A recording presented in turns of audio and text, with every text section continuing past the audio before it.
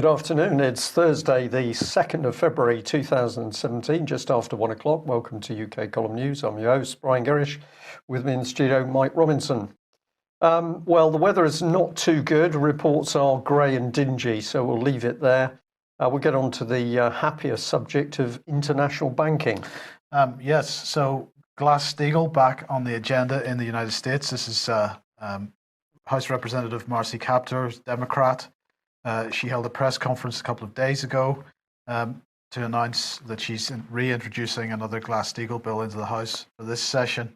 26 other members of Congress co-sponsored the bill, including Walter Jones, who has sponsored previous bills on this. Tim Ryan is another one. And interestingly enough, Tulsi Gabbard, who is just back from Syria, back to the United States from Syria. So they were all at the press conference. This is what Marcy Kaptur had to say. She said that recently there's been a real uptick in support for restoring the Glass-Steagall Act. 15 state legislatures, including the state of Ohio, have introduced resolutions calling for Congress to reinstate Glass-Steagall. The Democratic and Republican parties enacted Glass-Steagall positions in their platforms. President Donald Trump even endorsed the call for a 21st century version of Glass-Steagall. During the campaign statement in Charlotte, North Carolina, we have an obligation to work with them to achieve that. So anybody that doesn't know what Glass-Steagall was, it was legislation brought in the 30s during the financial crash, and it was designed to separate, among other things, separate the banking functions, merchant banking from day-to-day retail banking, so that speculative banking wouldn't have such an effect on people's day-to-day lives. And as we mentioned, Tulsi Gabbard is supporting this, and she, as I say, she's just back from Syria. Gave a fantastic interview to CNN. If anybody hasn't seen that yet, please go and look at that. She's really starting to be outspoken on some more serious issues at the moment. Sean Spicer, who's the White House press secretary, was asked by Bill Jones from EIR if the president, where does the president stand with regard to Glass-Steagall? Because as Marcy Kaptur said, he did say that he supported a 21st century Glass-Steagall Act, and really they got a bit of a non-answer.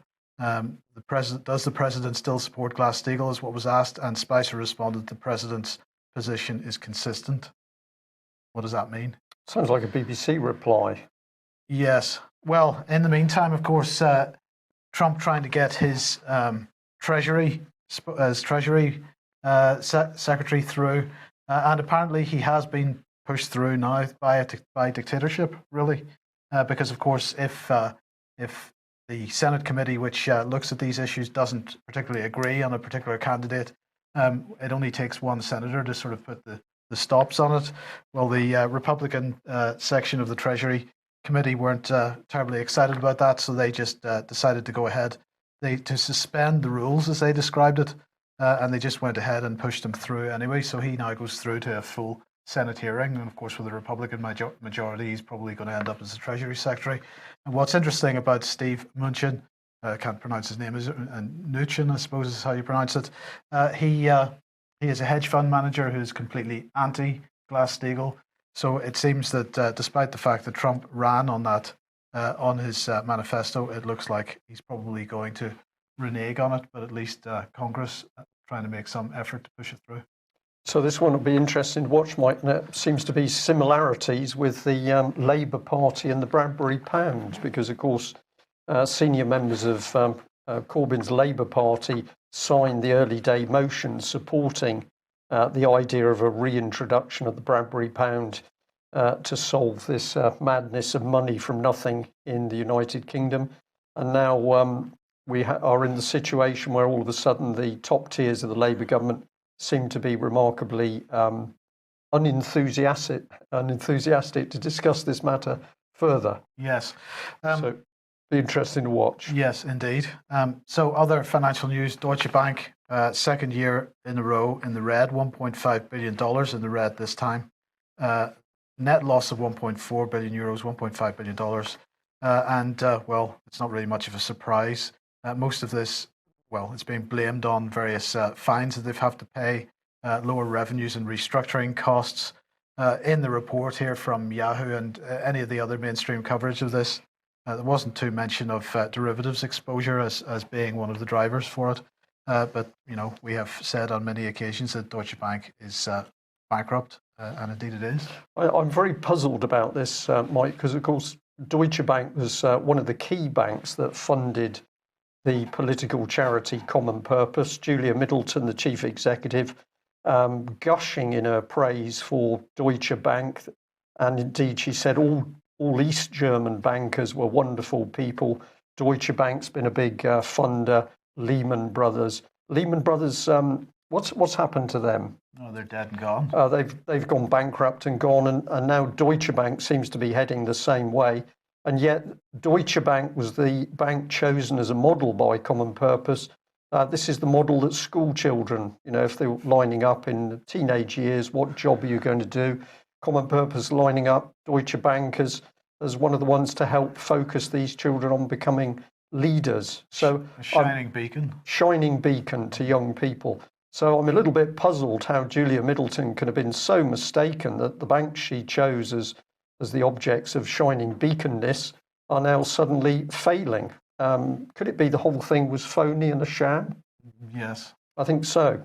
Well, you are going to come on to Time to Talk, which is about mental health, particularly in Westminster. I'm sorry, I just added that, but let's have a look at what else Parliament has got lined up for us and bring in the family test. Now, this has just been posted on, 1st of February, so we're spot on with this. And we think this is very, very interesting when you start to analyse what's going on here. The family test was introduced in 2014 in England. All new domestic laws and government policies must face a family test to make sure they support strong and stable families. The DWP has published departmental advice on carrying out the family test. The family test is not a statutory requirement, and publishing the results is encouraged but not required. Relatively few family test results have been published, leading to criticism that the policy is not yet successfully embedded in all government departments. And at the moment, this is sort of caught betwixt and between. It's not been fully brought in. There's a little bit of dissent. But I think it's very interesting to see what's going on here, because it's still very much in the government mind. And let's bring on, this gentleman, David Cameron. I've chosen the image that we had up yesterday. David Cameron tried to get Daily Mail editor sacked over Brexit. So we know that David Cameron will manipulate the press if he can in order to get his objectives into power. But this is what he said, what he has previously said, sorry. I've said previously that I wanted to introduce a family test into government. Now that test is being formalised as part of the impact assessment for all domestic policies. Put simply, that means every single domestic policy the government comes up with will be examined for its impact on the family. And that was back in August 2014. And this thing is growing in the background. Here's the document that's just been pushed out by the House of Commons publishing organisation, The Family Test. And this bit I find very interesting because it says in March 2016, implementing the family test, a review of progress 1 year on, was published by the Family and Childcare Trust, Relate and Relationship Foundation, supported by 14 other charities. Now, I think what we've got going on here, Mike, is what you've described as participatory democracy. Yes. So voters don't get a say in what's going on here, but people who are working for charities, many of whom are directly funded by the government, they get a say in what's happening. Yes, there is a fundamental change in what defines government in this country going on at the moment. Charities right at the centre of that, and we've said it many times. With all this charity going on at the moment, it's a wonder there are any problems in this country at all. Well, this is the point we would want to make on this. Let's see how it goes on. So the Department for Work and Pensions published guidance on implementing the family test, and it consists of 5 questions. What kind of impact might the policy have on family formation? What kind of impact would the policy have on families going through key transitions such as becoming parents, getting married, fostering or adopting, bereavement, redundancy, new caring responsibilities, or the onset of a long-term health condition. What impacts will the policy have on all family members' ability to play a full role in family life, including with respect to parenting and other caring responsibilities? How does the policy impact families before, during, and after couple separation? How does the policy impact those families most at risk of deterioration of relationship quality and breakdown? When you read those 5 bullet points, Mike, you can see the family coming under the government microscope. The government needs to know everything that's going on in a family because they need to know that so that they can know what impact they're having. Yeah. So if we bring David Cameron back on, because of course he's had quite a lot to say about this. This is one of his quotes. So from here on, and this statement was made post the riots in 2011, I want a family test applied to all domestic policy. If it hurts families, if it undermines commitment, if it tramples over the values that keeps people together or stop families from being together, then we shouldn't do it.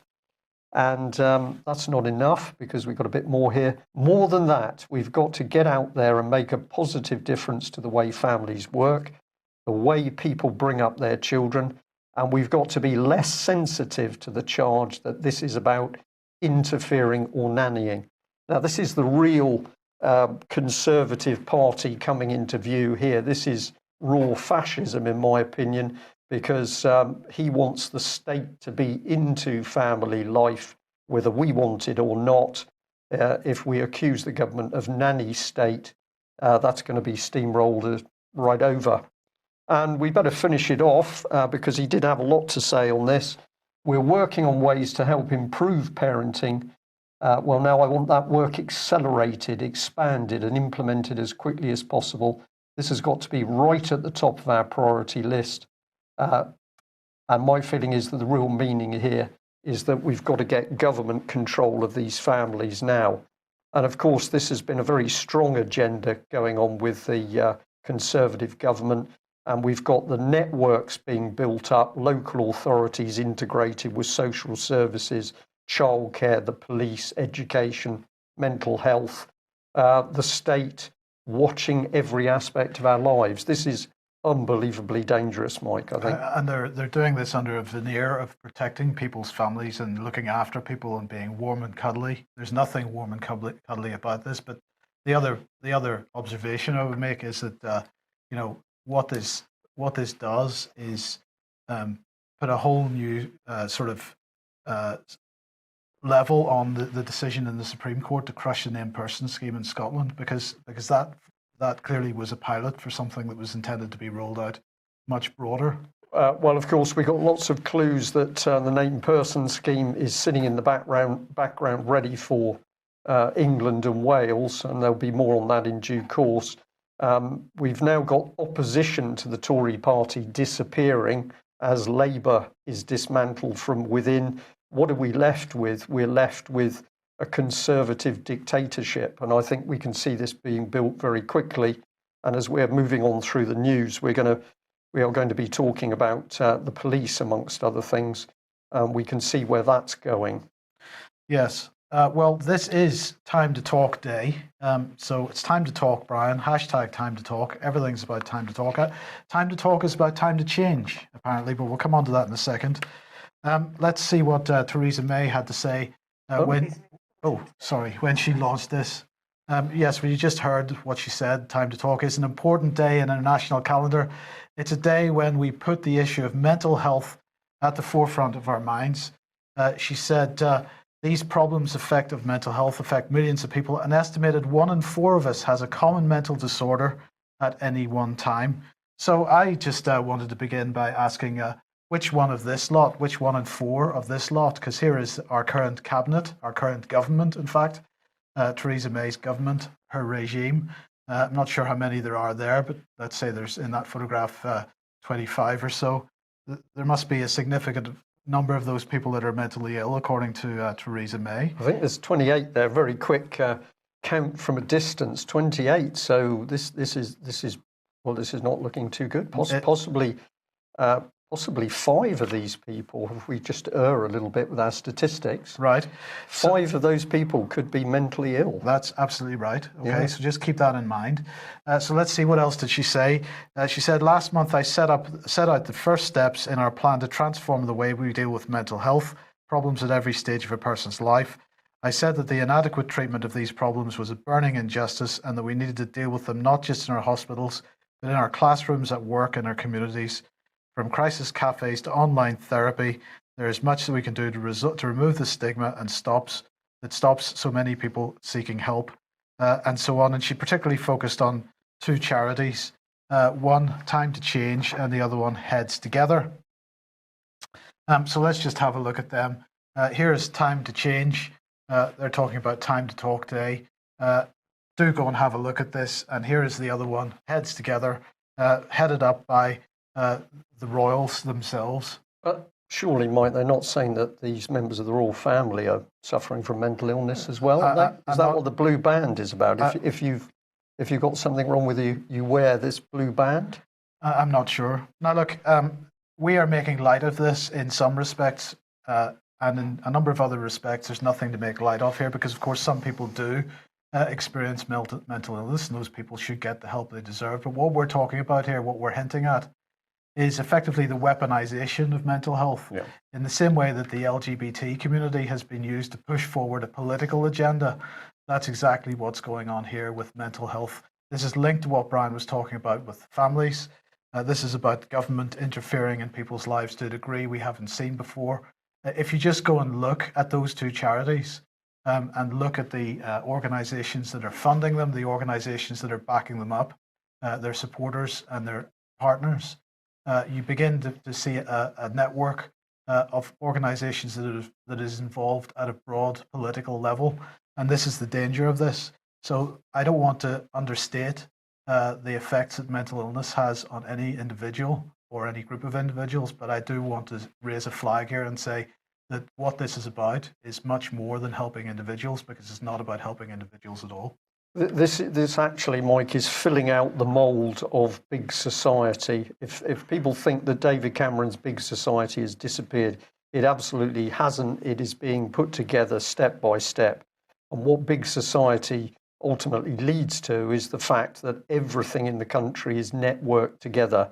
So you won't even have a local children's football team without the local authority more or less having a stake in that club, that football club, so that they can keep an eye on the people running the club and what's happening. And this goes all the way through the charity sectors.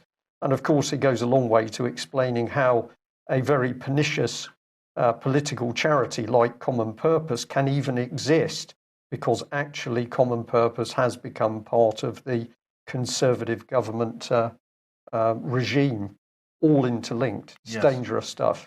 Absolutely. Okay, moving on. Well, this is the UK and NATO up to their tricks. We mentioned this a couple of weeks ago. They were saying that NATO was saying that attempts to hack NATO had increased by 60%, if you remember, in 2016 compared to the previous year. Jens Stoltenberg saying he was extremely concerned about this development and we need to step up efforts in this area. So we are stepping up efforts in this area by signing a cyber defense cooperation agreement with NATO, and it's a memorandum of understanding. The ceremony was held at NATO's headquarters, and NATO was represented by Ambassador Soren Dunkaru, who's the Assistant Secretary General, and we had Paul Chichester, who's Director of Operations of the National Cybersecurity Centre, who said to meet challenges of cyber threats, the UK government has launched a 5-year national cybersecurity strategy supported by £1.9 billion of investment. £1.9 billion of investment, Brian. Part of that includes the National Cybersecurity Centre, which will provide a single central body for cybersecurity at a national level, in line with our cyber defence pledge and strategic defence, the security review commitments. NCSC will use its intelligence capabilities and world-class technical insights to work with NATO and our allies to better protect our networks. So I'm feeling safer already.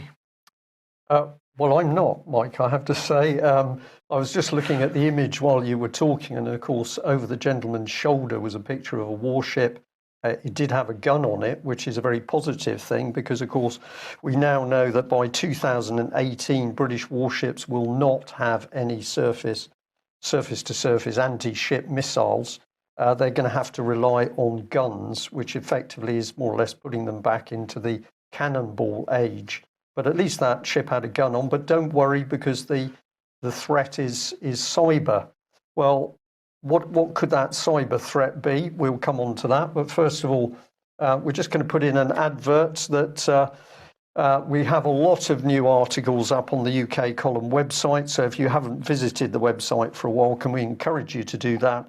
And if you like the articles, can we really encourage you to spread the word and share those?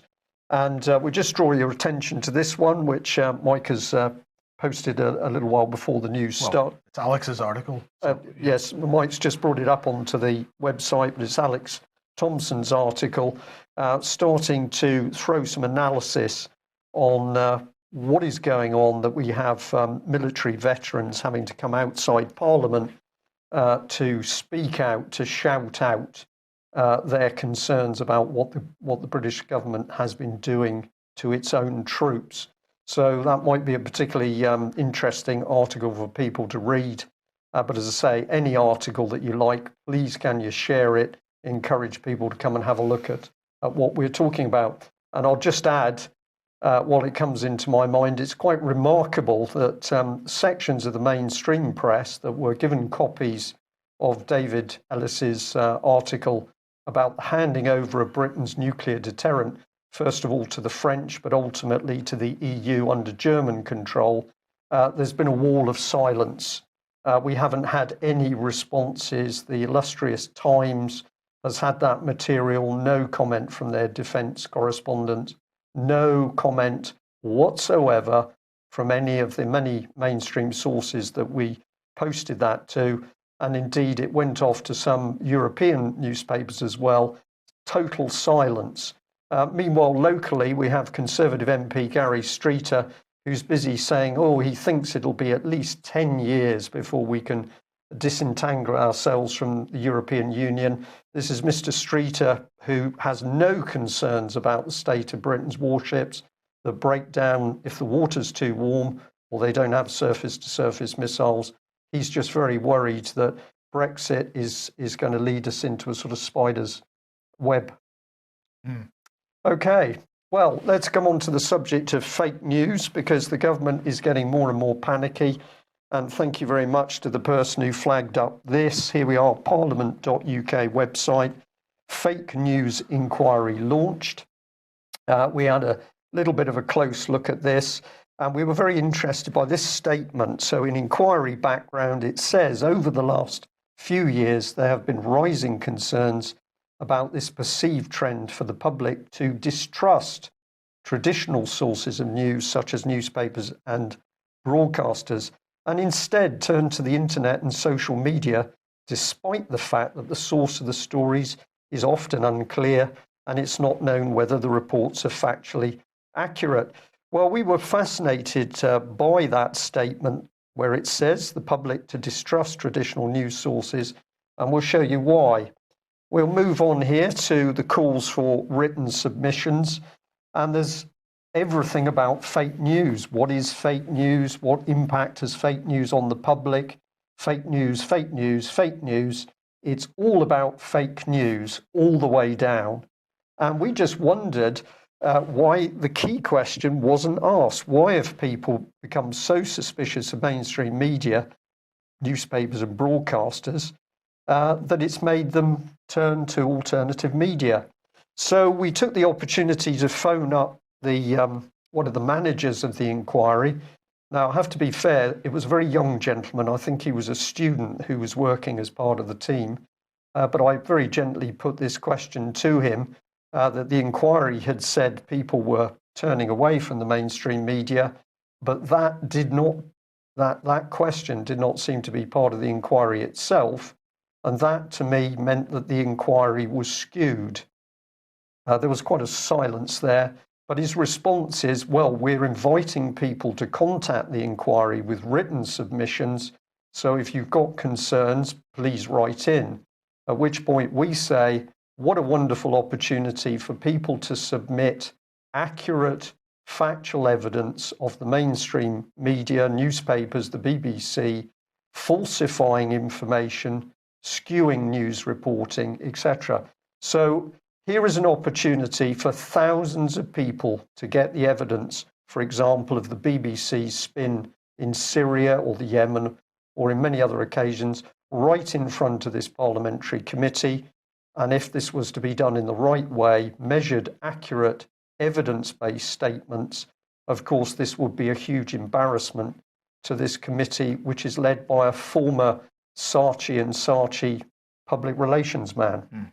But it must be accurate. Otherwise, of course, it proves a point, or proves one of the points they're trying to make. Right, I'm going to bring in Melanie Shaw because I've had a lot of communication following our update yesterday. We said that Melanie basically was now out of solitary confinement. She was on a remand wing. This, of course, is a huge boost to her because she can interact with other human beings and she gets time out of her cell. But this isn't by no means the end because, of course, Melanie still faces further charges on the 25th of this month, and we'll keep you posted on that. And let's remind ourselves that, of course, Melanie whistle blew on Beechwood Home. She said, are you all right, Mike? You're dying slowly. Apologise. That's all right. And she said that basically not only were children abused at Beechwood Children's Home, but that children were killed there. What did the local authority do? They demolished the home, and we know that no full police forensic investigation was carried out. So let's remember this was all done under the watch of then Home Secretary Theresa May, the very same lady that seems to have been in post as documentation relating to child abuse got lost. Yeah. Got lost. So what sort of man have we got in Westminster? Now, I briefly mentioned this gentleman the other day. I'm going to bring him back into the frame. His name's David Morris. He's a Morecambe MP. And a gentleman had written to him about Melanie Shaw. He said in his first line, as you will no doubt understand, it's inappropriate for me to comment on an individual case and imperative that we respect the independence of the judiciary and respect the judgment of the court. So for him, it's quite clear all of our courts are running perfectly happily, even though we know that we have courts acting as places of business. We have courts stealing property under rules for court of protection, and of course courts stealing children out of any form of jury, out of sight of any jury or press or the public. He says, I believe that prisons should punish people who commit serious crimes. I'm not sure whether he's talking about Melanie still, I think he is, by depriving them of their most fundamental right, their liberty.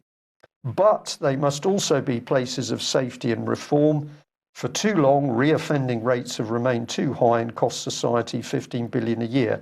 So he's not interested in the reports that clearly Foston Hall, where Melanie is not a safe place. What he does is gives the rest of that page to an advert for the government's policy for more prisons and 2,500 cheap prison staff. Well, this is the key bit we should bring in. He's no interest in the concerns of his constituents regarding the treatment of child abuse whistleblowers. I don't think he's got any concerns about that at all. He's just pumping out the party line. And it goes on to page 2. And what do we end up with on page 2? This year, we will begin the process of submitting planning applications for new prison sites, starting with Wellingborough and Glenparva. Thank you again for taking the time to contact me. So this is the quality of our MPs. They do not care if the law is being broken, if very vulnerable prisoners are being harassed, bullied, intimidated. Our MPs have simply said they don't care. Well, have a look at this man. This is his Twitter page. It's very big on him. So there's a lot of images all about him and what he's doing. But I was intrigued to find this. And UK Column has blacked out the faces of these very young children. So it's David Morris MP saying, I had a brilliant morning speaking to the school council, some fantastic questions from the children. And I'm going to caption that by saying he's happy to speak to these young children, but not to protect them in any way. So I get a deeply unpleasant feeling out of this, that we have MPs going to schools, representing themselves as upstanding members of the public, but when a child abuse survivor comes forward saying how they were raped at the age of 3 years old, he doesn't want to know. And I'll just add here that, of course, it's very difficult to get in touch with Mr. Morris. I had at least 3 phone calls, not answered, no answering machines. And when I sent an email, I got an automatic response saying, well, not available. So this is probably a very timely article that's come up. Basically, the McCanns have lost their appeal in Portugal. This is what the judges said. They ruled that the Portuguese policeman, Amaril's exercise in his freedom of expression was not considered abusive and was within admissible limits in a democratic and open society, which excludes the illegality of possible damage to the honour of the McCanns. So I think what the judges were saying, correct me if you think I've got this wrong, Mike, but the judges were saying, we think free speech is rather more important than the reputation of the McCanns. And as a result of this final judgment, the McCanns could now be faced with huge costs. But more importantly, people can now freely read the really good investigative work that Portuguese policeman did in the case. Right. So if we remember, they sued him originally for publishing his book, which made certain allegations against them, and they won their original case, which awarded €450,000 to them or so. He then appealed, and that original case result was overturned, and the McCanns then took that to the Supreme Court in Portugal with this result. So this, I think, this is an entirely appropriate result under the circumstances. Absolutely. Now, in that Mirror article, it went on, and this was part of it. Could cops be given more time to search for missing Maddie? Police make the desperate search for Maddie McCann. And I'm utterly fascinated in this because, of course, this is a multi-million-pound operation to find one child. Now, very sad, Maddie McCann has disappeared, but one child. So let's remind ourselves that when British press has been reporting that hundreds of child refugees have vanished since arriving in UK for the protection of this country, prompting trafficking and abuse fears, there is no evidence of any coordinated investigation into their disappearance at all, and the Metropolitan Police will simply not speak to the UK column to explain why there's this huge difference. Well, it's not one report on this. There are many reports. Here's The Guardian.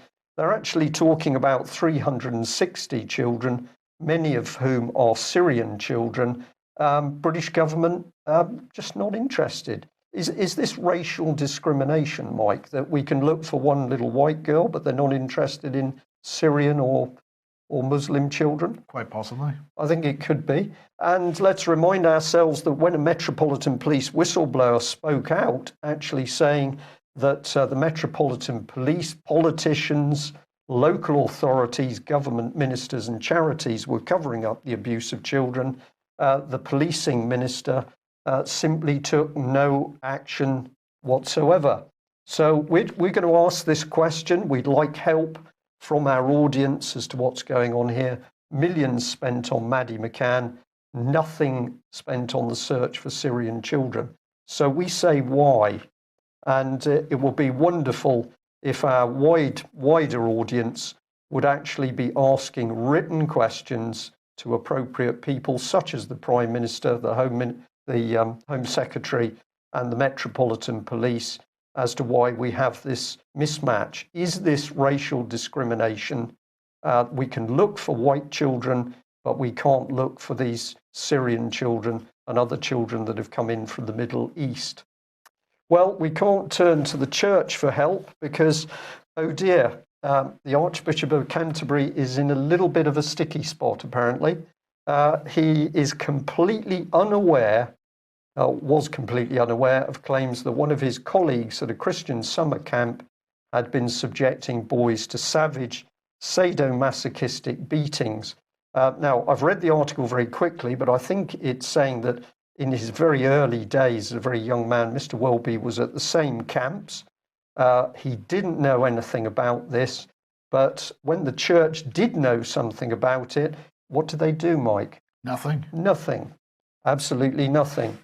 So the church had failed terribly by not reporting the abuser, Mr. Smith, to police after he was accused of carrying out a string of horrific sadomasochistic attacks in the late 70s. It was all a terrible mistake. Nobody knew. It was all an accident, except when we bring this on the screen, because of course this lady suffered horrific abuse in a Church of England home for girls, raped, drugged unconscious, sometimes for days at a time. Yet when she took her documentary evidence and evidence of the other girls who were abused to the Church of England, what they did is ignored her, threatened her, warned her off, delay, and then they paid her a pittance in order to shut up. So if anybody would like to read more, you can now get the Kendall House report off the internet. It's an extremely clever document. Encourage people to go and have a look at it. These are some of the recommendations: that there should be a public apology to those victims. They should apologise for the length of time it took to get the commission going. We apologise for the length of time we've covered up, and they should make copies of this report. So this is all stall, delay, apologise. And if I bring this in, this is a clue to what's going on here, because it's difficult to see here, but you have the body of the report, but there are no conclusions, Mike. So you have a sort of detailed description which tells you what sort of crockery was in the pantry cupboard, and then suddenly it jumps to recommendations. There's no conclusion. If I had produced a report like this during my time in the Navy, I dread to think what would have happened to me. But of course, this has been done in order to help cover up what has gone on. And of course, we know Welby is not to be trusted because he's consistently refused to acknowledge satanic ritual abuse in the Church of England, even when the evidence has been put in front of him. It's a pretty appalling state that we've got into at the moment. And if we do have any Christians watching our program today, I'm going to say it's up to you to hold the Christian church to account. This is nobody else's problem. This is the Church of England. If you call yourself a Christian, you should be first in the queue to call Archbishop Welby and his team to account. Okay, policing in this country. So this assault on officers highlighted to Parliament is the headline from the Police Federation. And they're saying that members of Parliament from all parties were given a presentation on the extent of assaults in the police and the value of spit guards against during a visit from the Police Federation of England and Wales yesterday. The delegation was informed by Halifax MP Holly Lynch, which is calling for tougher sentencing for those who assault the police. So we've got to sentence people tougher if you assault the police. And they were shown a hard-hitting video. So that's all very good. Now, Holly Lynch is going to introduce a 10-minute rule bill in the Commons next Tuesday, which is the 7th of February, calling for tougher sentencing for those who assault emergency services workers. So already this is being spun a little bit to be extended to emergency services as a whole rather than just police. But let's focus on the police. It will also call for a change in the law to make those who spit at police to provide a blood sample to reveal whether they're carrying harmful diseases. So this is all really bad. The police are very upset about it. And this fits in with this infographic that they've produced, assaults on police. 23,394 officers have been assaulted in England and Wales in the last year. That's 2,000 a month, 450 a week, 64 a day, one every 22 minutes, they say. Right? And I'm just going to say, why is this happening? Police need to stop behaving like thugs.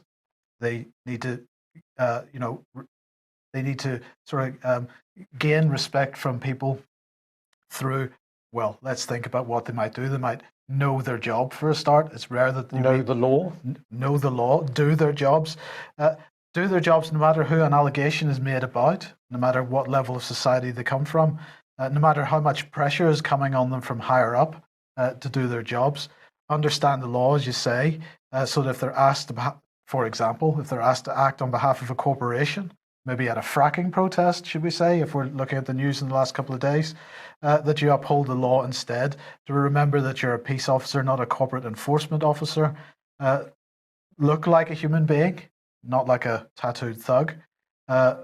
Police, as we say, policing is about mutual respect.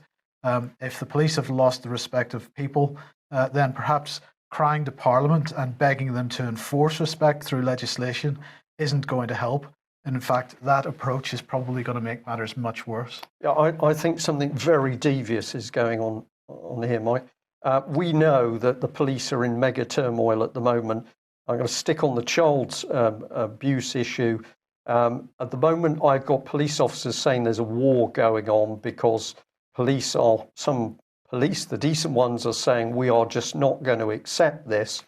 That, of course, the abuse and murder of children is being covered up by senior police officers. We've now got lower ranks saying they're not going to put up with this anymore. We've got decent senior officers saying they're not going to put up with it. How serious is this? I can tell the audience today with total confidence that police investigations in central London are now investigating the fact that people, I believe children, but I'm certainly going to say young ladies, were taken to venues within police buildings, so not necessarily police stations, but interview complexes where they were raped.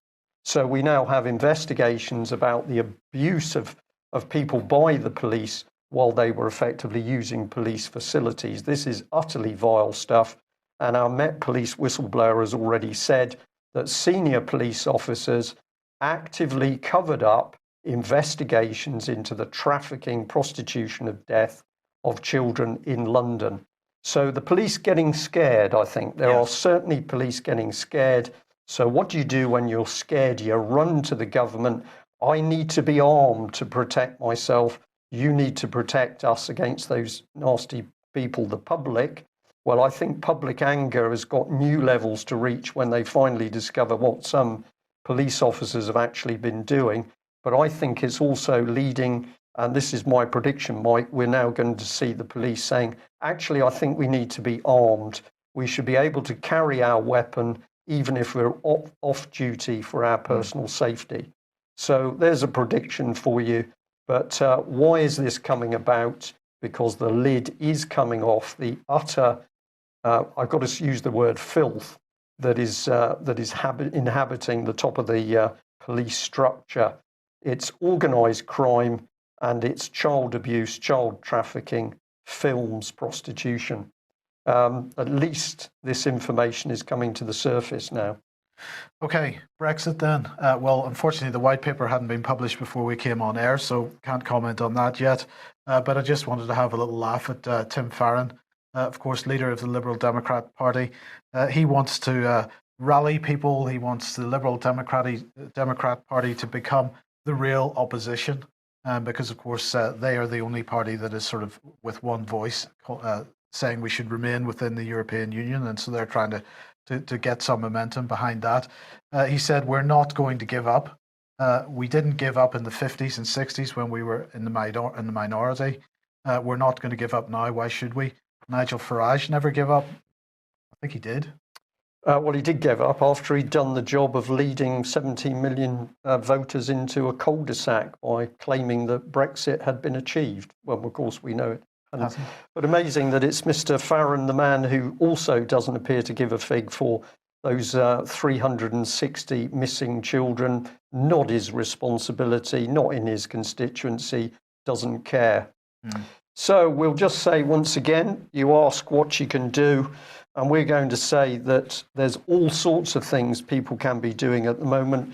You can be taking on the government over fake news. You can be bringing the errors, omissions and propaganda of the BBC and the mainstream news to the attention of that committee.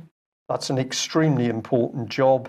Don't do it with half evidence. You must have the proper evidence, and it's got to be good quality. You can be emailing, complaining, shouting about what's happening with the children. And of course, if you've got family members who are working within the police, talk to them, educate them.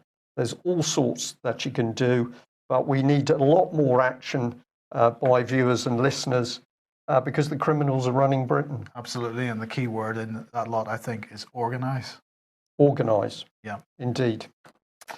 Okay, that's it for today. Thank you very much for joining us. We'll be back at the same time tomorrow. I hope we will have David Scott with us.